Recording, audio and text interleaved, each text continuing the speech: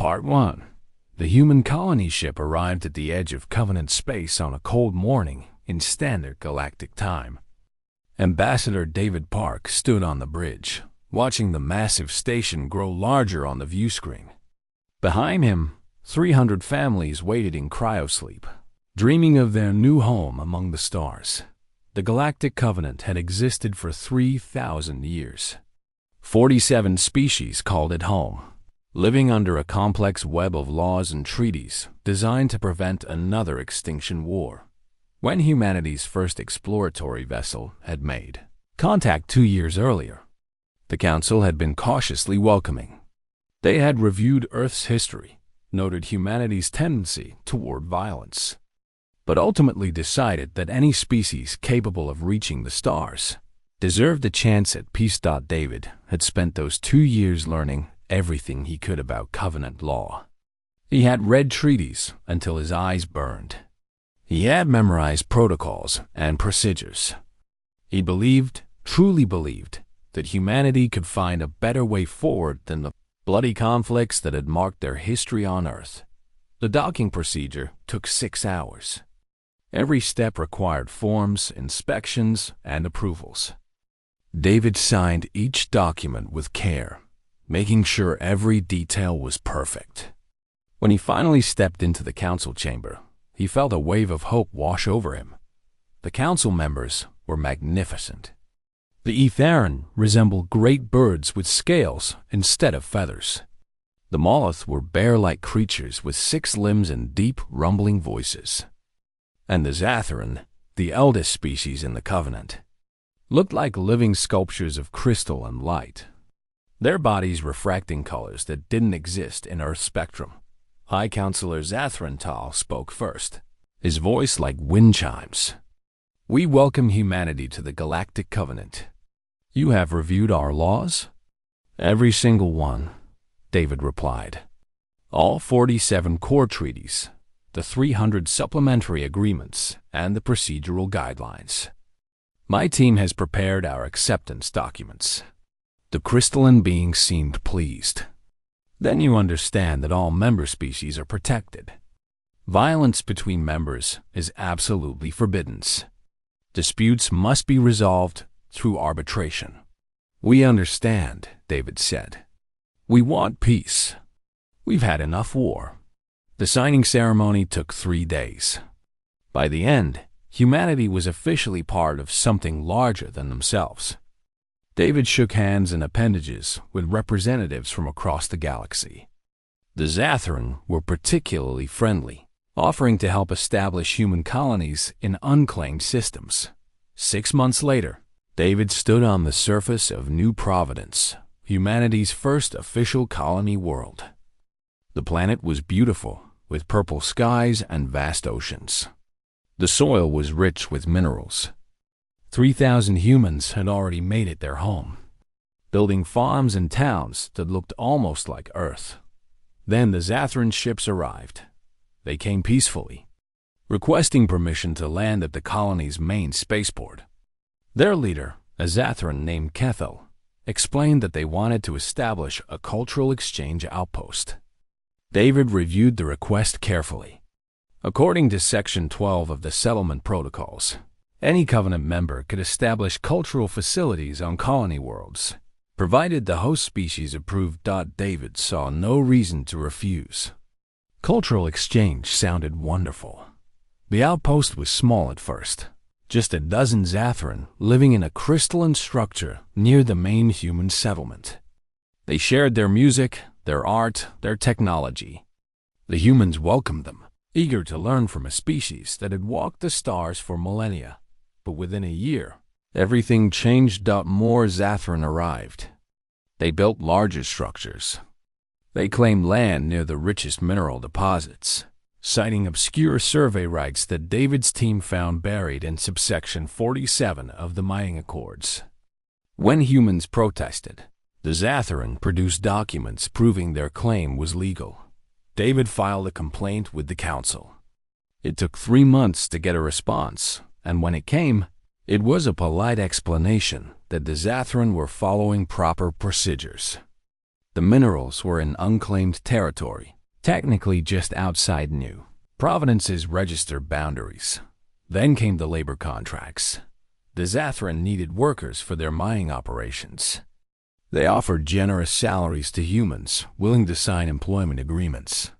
Hundreds of colonists, seeing an opportunity to earn more than their farming could provide, agreed.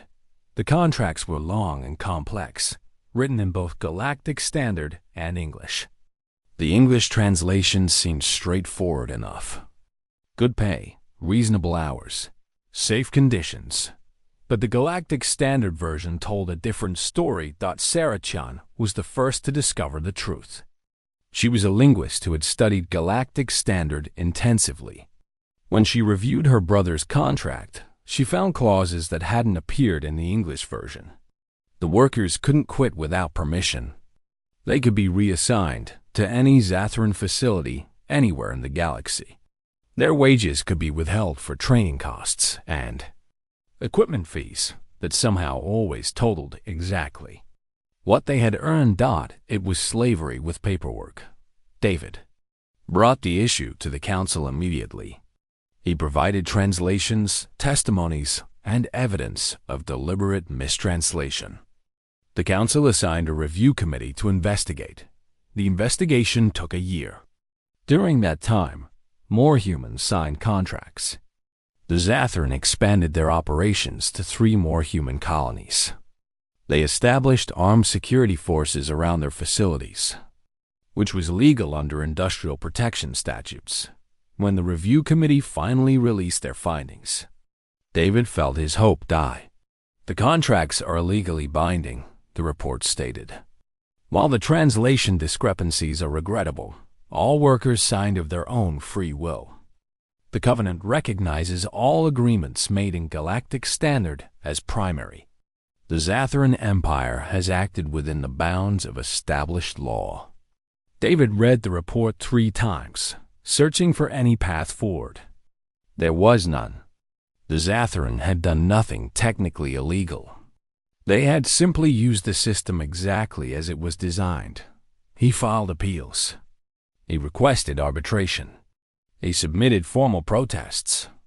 Each one vanished into the bureaucratic machinery of the Covenant, processed by committees that seemed to move at geological speeds. Meanwhile, the Zathran grew bolder. They began conducting medical experiments on human workers, claiming the humans had volunteered for scientific studies. The consent forms were buried in the employment contracts, hidden among thousands of pages of legal text. Other human colonies faced similar problems. The Zathran seemed to be everywhere, always following the rules, always staying just barely within the law while inflicting calculated cruelty. David sat in his office on New Providence, surrounded by rejected appeals and denied requests. He had believed in the Covenant. He had trusted that a society thousands of years old would have learned to be just. Instead, he had learned a harder truth. The Covenant's laws protected those who knew how to exploit them. The rules existed not to ensure justice, but to give injustice a legal framework. He pulled up the Covenant Charter on his computer and began to read. Not as someone looking for justice anymore, but as someone looking for weapons. If the Zathran could use the law as a tool of oppression, then humans could learn to use it too. Every rule, every clause, every subsection. David began to study them all with new eyes. Humanity had come to the stars believing in peace. But they were about to learn that sometimes peace required war, and the most devastating wars were fought with paperwork. 2 years passed. In that time, David Park aged in ways that had nothing to do with years. He barely slept. He barely ate. Every waking moment was spent reading law. But he wasn't alone anymore. Humanity had responded to the Zathran exploitation with characteristic determination. On Earth, law schools created entire departments dedicated to Galactic Covenant law. Thousands of the brightest legal minds volunteered for crash courses in alien jurisprudence. Linguists worked to master not just Galactic Standard, but the 17 other official languages of the Covenant, searching for discrepancies and loopholes, and they found them. Hundreds of them. Thousands. The Covenant's laws had been written over 3 millennia by dozens of species, each adding their own clauses and amendments. No one had ever bothered to reconcile the contradictions. No one had cleaned up the obsolete sections. The whole system was a barely functional mess held together by tradition and the fact that most species were too polite or too scared to probe its weaknesses. Humans were neither polite nor scared anymore. The counterattack began quietly. No announcements, no warnings. Just humans filing paperwork. The first wave hit the Zathran homeworld. Under the same settlement protocol that had allowed them to establish outposts in human space, humanity requested permission to send 50,000 cultural exchange volunteers to Zathran Prime. The Zathran Council reviewed the request with amusement. Humans wanted to learn from their ancient culture? How delightful! Permission granted. The volunteers arrived on 17 transport ships. They were engineers, teachers, artists, and musicians. They established cultural centers in every major Zathran city. They obeyed every local law with meticulous precision. And then they started playing music. Human music was different from Zathran music. The Zathran communicated through harmonic resonances that made their crystal bodies sing. They found beauty in precise mathematical frequencies. Human music was different from Zathran music. The Zathran communicated through harmonic resonances that made their crystal bodies sing. They found beauty in precise mathematical frequencies. Human music was chaos. Electric guitars, pounding drums, screaming vocals. The volunteers played it at exactly 89 decibels, which was precisely 1 decibel below the legal noise limit on Zathran Prime. They played it 24 hours a day. The Zathran protested. The humans apologized profusely and pointed to Cultural Expression Act, Section 23, which protected the right of all species to share their heritage. They were simply sharing Earth's rich musical tradition. Surely the Zathran weren't asking them to suppress their culture? But the music was only the beginning. Human cultural centers began offering educational workshops that emitted low-frequency vibrations. Nothing dangerous, nothing that violated environmental regulations, but just uncomfortable enough for Zathran to avoid the areas. Slowly, human cultural centers spread through Zathran cities like a rash, and Zathran found themselves avoiding entire districts of their own homeworld. On New Providence and the other colonies, a different kind of warfare was unfolding. The Zathran overseers who had abused human workers suddenly found themselves enrolled in mandatory cultural sensitivity training. This was required under Employee Protection Statute 847, which David's team had found buried in a treaty from 800 years ago. The statute had never been enforced because no one had ever bothered to invoke it. Until now. The training courses were designed by a committee of humans who had taken great pleasure in making them as tedious as possible while remaining technically educational. Each course lasted 400 hours. They covered subjects like the history of human agricultural equipment manufacturing, an in-depth analysis of Earth's parking regulations across 5 centuries, and regional variations in human bureaucratic form design. The courses were taught by the most monotone instructors humanity could find. They included mandatory testing, with failure requiring complete retakes. The Zathran overseers sat through lessons about crop rotation methods and evolution of the parking meter, while human workers smiled and got back to work. But the real damage was happening in the supply chains. Sarah Chun, the linguist who had first discovered the contract fraud, now led a team of 3,000 humans working in the Covenant's Customs and Trade Division. They had volunteered for these positions enthusiastically, and the Council had been grateful for the help. Zathran shipments began experiencing delays. Not illegal delays, just thorough inspections. Every container had to be opened and every item examined for safety compliance. This was simply proper procedure, as outlined in Trade Safety Guidelines. Section 109 through 847. The fact that examining every individual component of a Zathran mining laser took 6 weeks was simply a matter of being careful.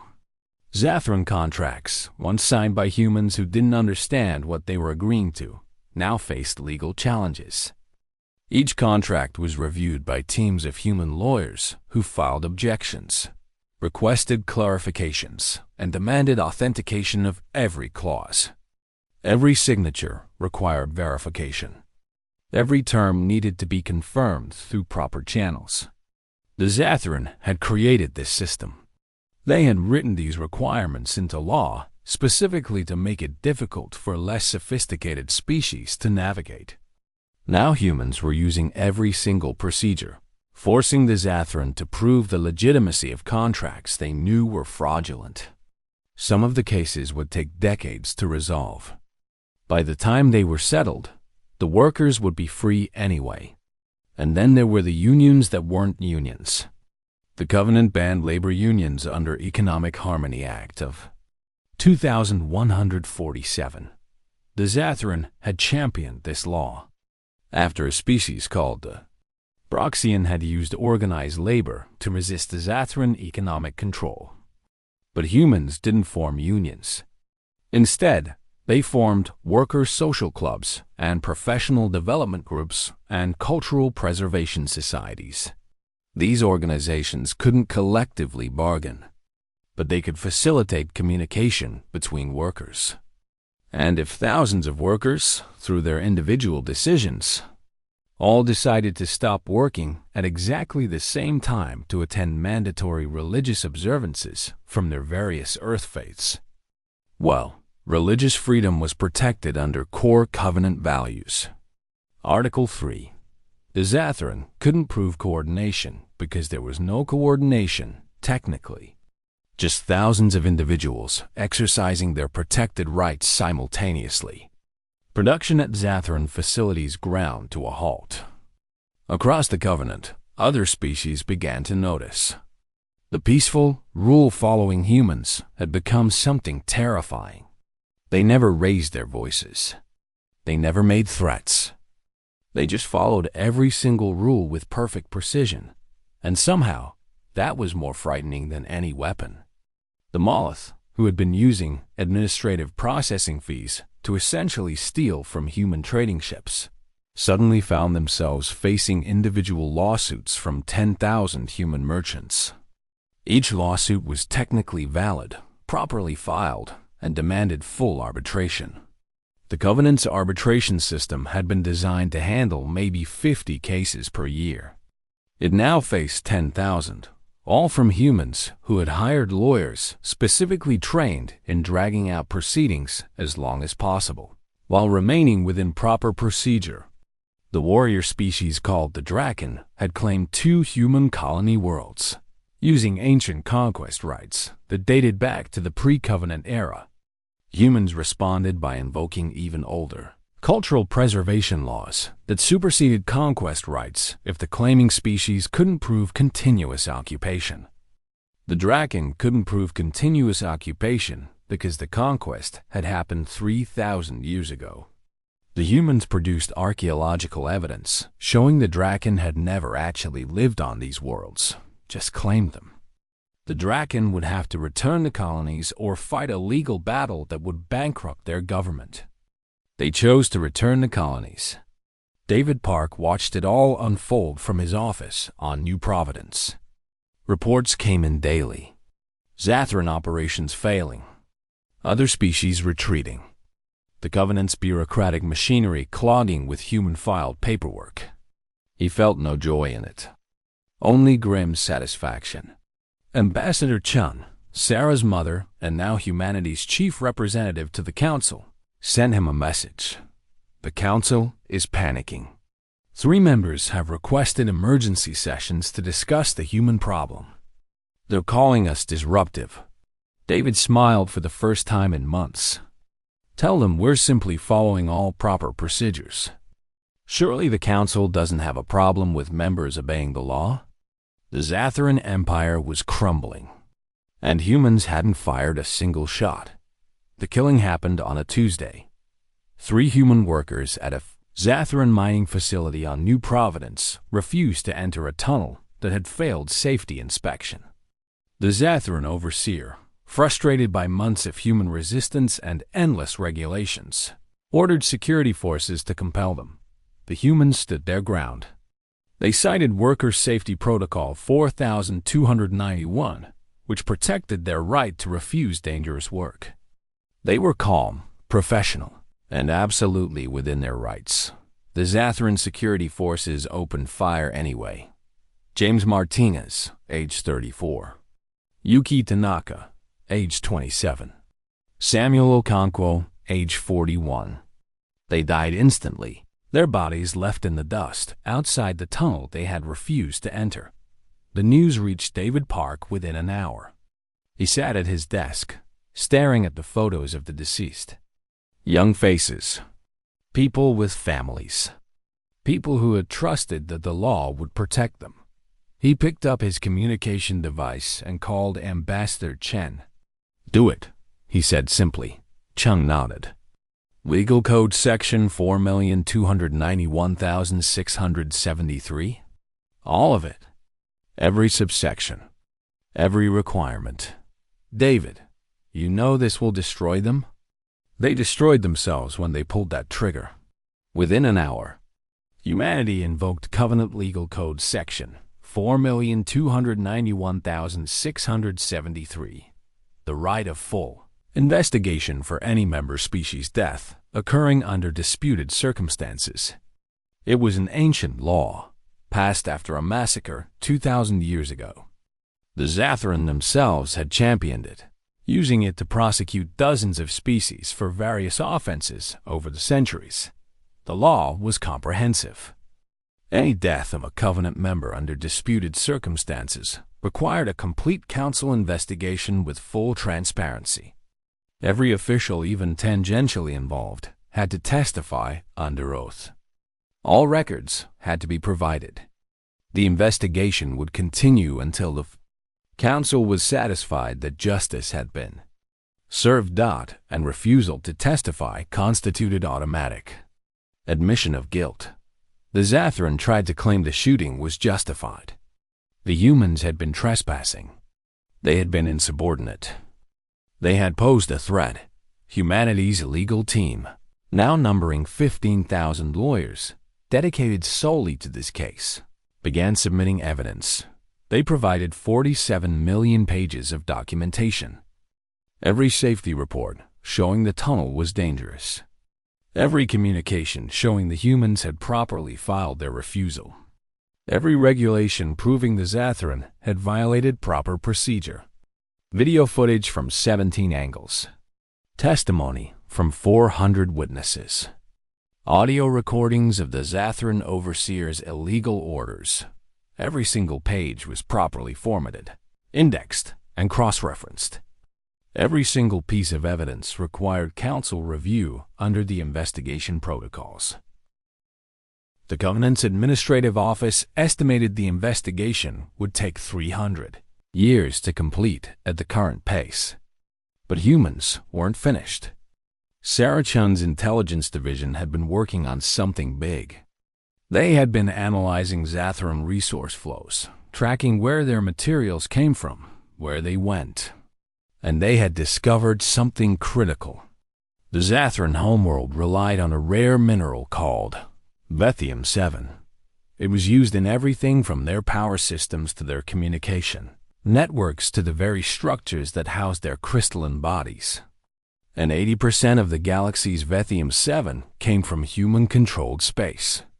The Zatharan had been mining it from human colonies for 2 years, using those same exploitative contracts and settlement rights. David gave the order, and the Human Colonial Congress passed the Emergency Resource Protection Act. It was based on Economic Security Statute 847, which allowed member species to nationalize resources during times of crisis. The Zatharan themselves had written this statute 400 years ago to control titanium production. Every Vethium-7 mine in human space was now human property. Export licenses would be granted on a case-by-case basis, pending review by the appropriate committees. The first Zatharan license application was received and filed for review. The expected processing time was 30 years. Within weeks, Zatharan technology began to fail. Their power grids flickered. Their communication networks became unreliable. The crystalline structures of their cities began to show stress fractures. The Covenant Council called an emergency session. Councillor Zatharan Tal himself appeared before the assembly, his crystal body dim and fractured. "The humans are destroying us," he said, his voice no longer like wind chimes but like breaking glass. "You must intervene. Override their actions. We cannot survive without Vethium-7. Ambassador Chun stood to respond. She was a grandmother, silver-haired and soft-spoken. But when she spoke, every member of the council listened. "Override which action?" she asked politely. "The investigation into the murder of our citizens? That would mean you're admitting guilt. The resource nationalization? That's a law you wrote. Which rule would you like us to break, Counselor?" The chamber fell silent. Chun continued, her voice still gentle, but her words like surgical strikes. "For 2 years you have exploited my people. You have enslaved our workers with fraudulent contracts. You have stolen our resources. You have conducted medical experiments on humans without genuine consent. And when 3 of our citizens exercised their legal right to refuse dangerous work, you murdered them." She paused, letting the word murder hang in the air. "Every step of the way, you followed your rules. You found the loopholes, the technicalities, the ways to inflict suffering while maintaining plausible legality. And when we asked for help, this council told us that you had done nothing wrong, that you were within your rights." Zatharan Tal's glow dimmed further. Other council members shifted uncomfortably. "So we learned," Chun said. "We learned your rules. All of them. Every clause, every subsection, every contradictory statute. And now we're using them exactly as you taught us. Tell me, Counselor, what's the difference between what you did and what we're doing now?" "We never killed anyone," Zatharan Tal said, his voice desperate. "No," Chun agreed. "You just worked them until their bodies broke. You just stole food from their children with contract fees. You just experimented on them and called it voluntary. You did everything but pull the trigger, and you hid behind your rules while doing it." She turned to address the full council. "The Covenant has a choice. You can override humanity's actions, in which case you admit that your rules are meaningless, that they exist only to protect the powerful and bind the weak. If that's true, then there's no point in being part of this covenant." The implications were clear. Humanity would leave, and they wouldn't leave quietly. "Or," Chun continued, "you can let these proceedings continue to their natural conclusion. The investigation will take centuries. The Zatharan Empire will collapse. And then we'll move on to the others." She looked at the Molluth representative, who suddenly found the floor very interesting. Then at the Draken ambassador, who had gone very still. "We have files on every species that exploited us. We've documented every fraudulent contract, every stolen resource, every abuse. And we found legal counters for all of it. We can spend the next 1,000 years destroying each of you through the very system you built." David Park, watching the proceedings from New Providence, saw the fear spread through the council like ripples on water. Every species that had ever used the Covenant's rules for cruelty was suddenly realizing that humanity had become expert at the same game, and humans were just getting started. But then Chun did something unexpected. She smiled, and it wasn't a smile of triumph. It was sad and tired. "But we don't want to," she said quietly. We came to the stars hoping for something better than what we left behind on Earth. We believed in the idea of the Covenant. We wanted to be part of a community that valued justice and peace. She took a deep breath. So, here's our offer. One chance. Vote with us to reform these laws. Not just amend them or tweak them, but genuinely reform them. Close the loopholes. Strengthen protections for the vulnerable. Make arbitration actually mean something. Build a system that serves justice instead of enabling cruelty. The council chamber was utterly silent. Or we walk away, Chun finished. And we take everyone you've ever wronged with us. The council chamber remained frozen for what felt like an eternity. Ambassador Chun stood at the speaker's platform, waiting. David Park watched the live feed from his office, hardly breathing. Finally, a small voice broke the silence. It came from the Kelreth representative, a species resembling herbivorous creatures with soft fur and large eyes. They had seemed harmless when humans first encountered them. They had also been using administrative fees to rob human traders blind for 2 years. What would these reforms look like? The Kelreth asked, his voice trembling. Chun had been waiting for this question. She pulled out a datapad. We've drafted a proposal, she said. It's based on the Covenant's original charter from 3,000 years ago, before centuries of amendments corrupted it. The core principles are simple. Transparency in all contracts. Mandatory good faith interpretation of agreements, protection for workers and traders. And swift arbitration with real consequences. She uploaded the document to the Council's shared system.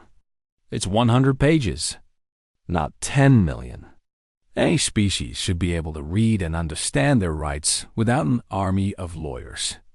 The Molluth representative, a massive bear-like creature named Grok, growled softly. This would undo centuries of established practice. Yes, Chun agreed. That's exactly the point. And if we refuse? Grok asked. Chun's expression hardened. Then tomorrow, humanity files formal withdrawal from the Covenant. We'll establish our own alliance and extend membership to any species tired of being exploited. We estimate at least 20 species will join us in the first year. David had done the calculations himself. 20 species would be enough to create a viable alternative to the Covenant. And given what humanity had demonstrated with its mastery of legal warfare, many species would see the wisdom in being their ally rather than their opponent. The Draken War leader, Krathix, stood. His species valued strength above all. You threaten us with paperwork and laws. We are warriors. We could crush your colonies. Chun didn't flinch. Try it. The moment you fire the first shot, you violate the Covenant's core prohibition on violence. We'll have legal grounds to seize every Draken asset in neutral space. Your trade routes will collapse overnight. Your economy will burn. And we'll do it all through proper procedures. She paused, letting that sink in. Or you could fight us militarily. Please do. We've been preparing for that too. Earth alone has a population of 11 billion. We can field armies you can't imagine. But more importantly, we've studied your military tactics for 2 years. We know your weaknesses. The question is whether you want to find out what humans are like when we stop playing nice with the rules. The threat hung in the air like smoke. Every species in the chamber knew about Earth's history. The wars, the weapons, the capacity for organized violence. Humanity had been peaceful in the Covenant because they chose to be, not because they had to be. Counselor Zathran Tal, his crystalline form barely glowing now, spoke weakly. You would destroy everything we've built. No, Chun said firmly. You already destroyed it. You built a system where the only way to survive was to become cruel or become a victim. We're just offering you a chance to build something better. She closed her datapad and looked around the chamber. I know what you're all thinking. You're thinking that you can wait us out. That humans are new and naive, and eventually will make mistakes. That you can find new loopholes, new ways to exploit the system we're proposing. She smiled, and there was no warmth in it. But here's what you need to understand about humans. We're patient. We're creative. And we never, ever forget. Every species in this chamber has wronged us in some way. We have documentation. We have evidence. We have plans for each of you. She pulled out another datapad. The Etheran have been using cultural heritage laws to claim artifacts from human archaeological sites. We found 17 cases where similar claims could be made against Etheran holdings. The Broxian have been manipulating currency exchange rates to devalue human credits. We've identified the mechanism and can reverse it, collapsing the Broxian economy in the process. The Verath have been conducting espionage against human colonies under scientific research agreements. We have proof and can demand their expulsion from 18 star systems under security protocols. She looked at each species as she spoke. Most couldn't meet her eyes. We have something on everyone. And if you don't vote for these reforms, we will spend the rest of our existence as a species making you regret it. Not through violence. Through your own rules. We'll follow every law, file every form, and slowly, methodically dismantle every exploitative practice you've built. David felt a chill run down his spine, and these were his own people talking. What must the other species be feeling? But Chun wasn't done. Her expression softened, and when she spoke again, her voice was gentler. But that's not who we want to be. We didn't come to the stars for revenge. We came for hope. We came believing that different species could live together in peace and justice. And we still believe that's possible. She gestured to the chamber around them. 3,000 years ago, your ancestors built this covenant to prevent extinction. They created it because they understood that cooperation was better than conflict. That dream was beautiful. What we're asking is that you remember it, that you return to those principles and build something worthy of them. The Kelrith representative spoke again. If we agree to these reforms, what happens to the current proceedings? The investigation, the resource seizures, the lawsuits? The investigation into the murders continues until justice is served, Chine said firmly. Those 3 humans died for exercising their legal rights. Their deaths demand accountability, but everything else can be negotiated. Resources can be shared fairly. Contracts can be renegotiated with transparency. Pending lawsuits can be resolved through the new arbitration system. She paused. We're not asking for revenge. We're asking for justice. There's a difference. The Molluth representative Grok stood slowly. I would like to read this proposal in detail before voting. Of course, Chun said. We're not unreasonable. Take the time you need. But understand that every day that passes, more human lawyers are finding more legal actions to take. The clock is ticking. The session adjourned. Over the next 2 weeks, the council debated. Some species wanted to fight. Others wanted to compromise. But all of them understood that humanity had fundamentally changed the balance of power in the Covenant. The Zathran were the holdouts until the end. Pride wouldn't let them admit they had been wrong. But when their power grid failed completely and their cities went dark, they finally agreed. The vote was called on a Thursday morning, Standard Galactic Time. Ambassador Chun stood before the council one last time. The motion to adopt comprehensive legal reforms passed unanimously. The work took years. Every treaty had to be reviewed. Every law had to be rewritten. Humans led the effort, providing thousands of legal experts to help draft the new codes. They were thorough, fair, and absolutely unwilling to compromise on core principles. The investigation into the murders concluded after 3 years. The Zathran overseer who gave the order to fire was found guilty. The security forces who pulled the triggers were found guilty. And significantly, the Zathran Council members who had created the system that led to such abuses were found guilty of enabling the crimes. The sentences were severe but not vengeful. Prison time, reparations to victims' families, and mandatory service helping to rebuild the Covenant's legal system. The Vethium-7 embargo was lifted gradually, with exports tied to Zathran compliance with new labor laws and human oversight of mining operations. The Zathran rebuilt, but they rebuilt differently. David Park stood on New Providence 5 years after it all began. The Zathran mining facilities were still there, but now they operated under fair contracts with proper safety standards. Human and Zathran workers ate lunch together. It wasn't perfect, but it was better. He received a message from Ambassador Chen. She was retiring, returning to Earth after a decade of service. Her replacement was already chosen, Sarah Chen, the linguist who had started it all by discovering the contract fraud. "We did it," Chen's message read. "Not perfectly, but we did it. The Covenant actually means something now. Justice is possible. I'm proud of what we built together." David smiled and looked up at the purple sky. 3 stars were visible even in daylight: the human homeworld, the Zathran homeworld, and the Covenant station. All connected now by more than just laws, but by understanding. But he also knew the truth that Chun had left unsaid. Humanity hadn't just reformed the Covenant. They had become its guardians.